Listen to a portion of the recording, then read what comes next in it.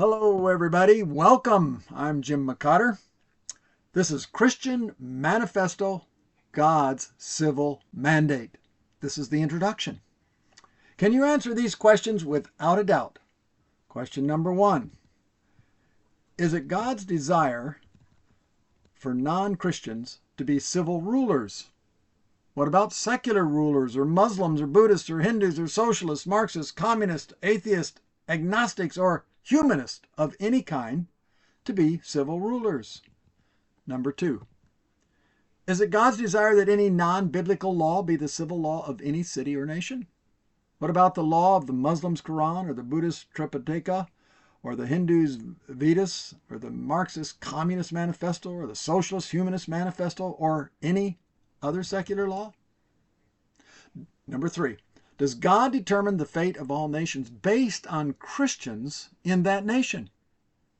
If so, do you know what the basis for God's determination would be? Did you know the Bible addresses all these questions? And since the time of Christ until the 20th century, most Christians would know the answer to all these questions. But today, most Christians, nor even their pastors, know the answer to these questions. No wonder Christians are losing cities in America to the immoralists, to the left, the socialists, the communists, and even Muslims. Some Christians think politics or government is not our biblical business.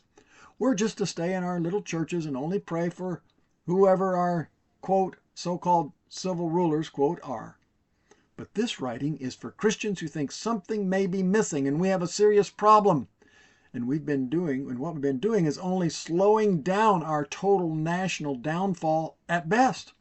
Even though there are some positive signs from time to time, overall our country is not getting better. America used to be completely saturated with Christian culture from universities to media. Harvard, Yale, Princeton, and the first 99 universities were all instituted in promoting the Bible and training pastors. The first 12 newspapers in the United States regularly promoted the Bible and Christianity.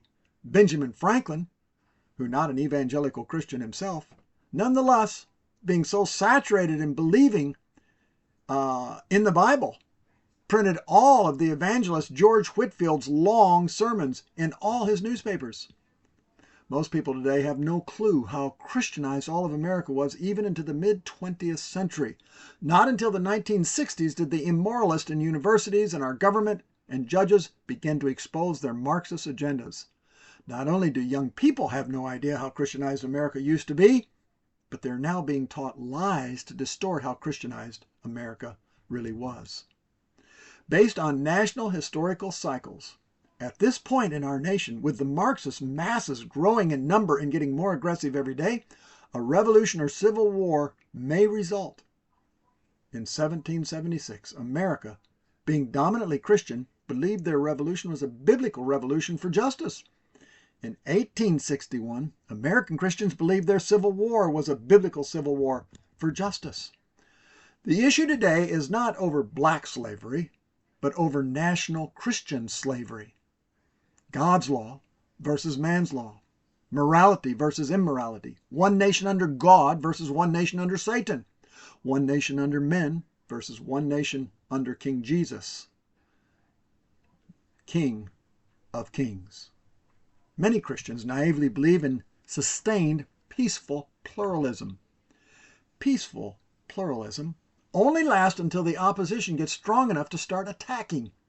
The group that continues to believe and pursue for pluralism will eventually lose their nation.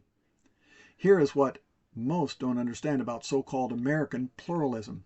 To begin with, there was virtually no such thing as pluralism in colonial America from 1620 to 1776, the American Revolution. And even then, most colonies had Protestant Christianity as their state religion and no pluralism.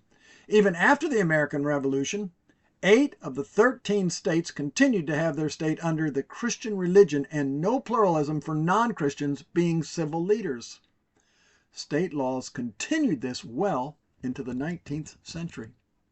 However, even when pluralism became legal for state civil leaders to be of other religions, America was so dominantly Christian that practically it did not change much until the 1960s. It was then that anti-Christian opposition, who did not honor God and the Bible, became strong enough to openly attack our Christian culture. Mass public protesting began to happen often then, protesting against everything Christian and God's law, and carrying on even today, systematically changing moral laws to immoral laws, Bible and prayer out of schools, sodomy and gender laws instituted, etc. Legally allowing pluralism, anti-Christian religions into our government, opened up Pandora's box. It was contrary to early American law and God's law. As a result, today virtually half of our congressional leaders are immoral Democrats. They vote unanimously, the Democrats vote unanimously for all unbiblical laws. And Barack Obama and Joe Biden were some of the most abominable anti-Christian leaders. Donald Trump has been one of the most pro-Christian and pro-biblical leaders, even publicly promoting Christianity and the Bible. When most Republicans have been in office, they've only slowed down the American downfall at best. Ronald Reagan and Donald Trump have done more than most, to some degree, turning the nation back to God and His law. Today we are seeing how vast the Antichrist left has saturated into every part of our nation, from the streets to the government. Many are now openly socialist, communist, mayors, governors, congressmen and women, and even judges. Trump and his administration may be the last hurrah. I doubt if any other Republican president will ever be able to push back the godless opposition as Trump does, assuming a Democrat never takes over again. If Christians don't see this now and go from churches to protesting in mass on the streets and in mass into the voting booths this next election, I predict this will be our last hurrah. I believe the United States may be over as we have known it, unless there is now a spiritual revolution and leaders rising up like Ishkar. 1 Corinthians 12:32, the Bible says Ishkar's leaders understood the times and knew what Israel should do, end quote. This is the mission of Christian Manifesto, to give light to understand our times and know what our people should do.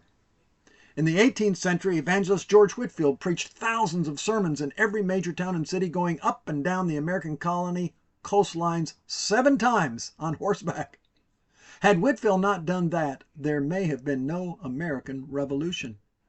It was Whitefield's work that united the previously disunited colonies and ignited and armed the majority Christian population with courage, faith, and biblical understanding to stand up against the most powerful government in the world, Great Britain. It is no different today. The United States is the most powerful government in the world today.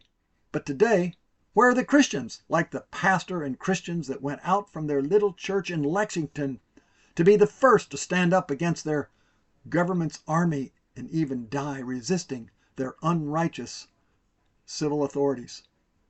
But today, it's the leftists that have come out marching in the streets and fighting everything Christian in God's law. If they continue to do more than us, they will win. We must face reality. Pastors, Christians, we have been losing this war in our nation, and I believe for one of 3 reasons. 1, we don't know that we're in an actual war. Or 2, we don't know how to fight to win this war. Or 3, we love our life more than sacrificing it for God and family.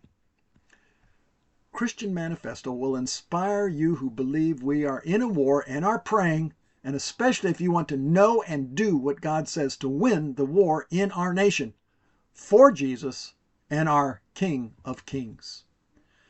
You will see God's vision and His biblical marching orders. This is not for the faint in heart. It is God's Christian Manifesto.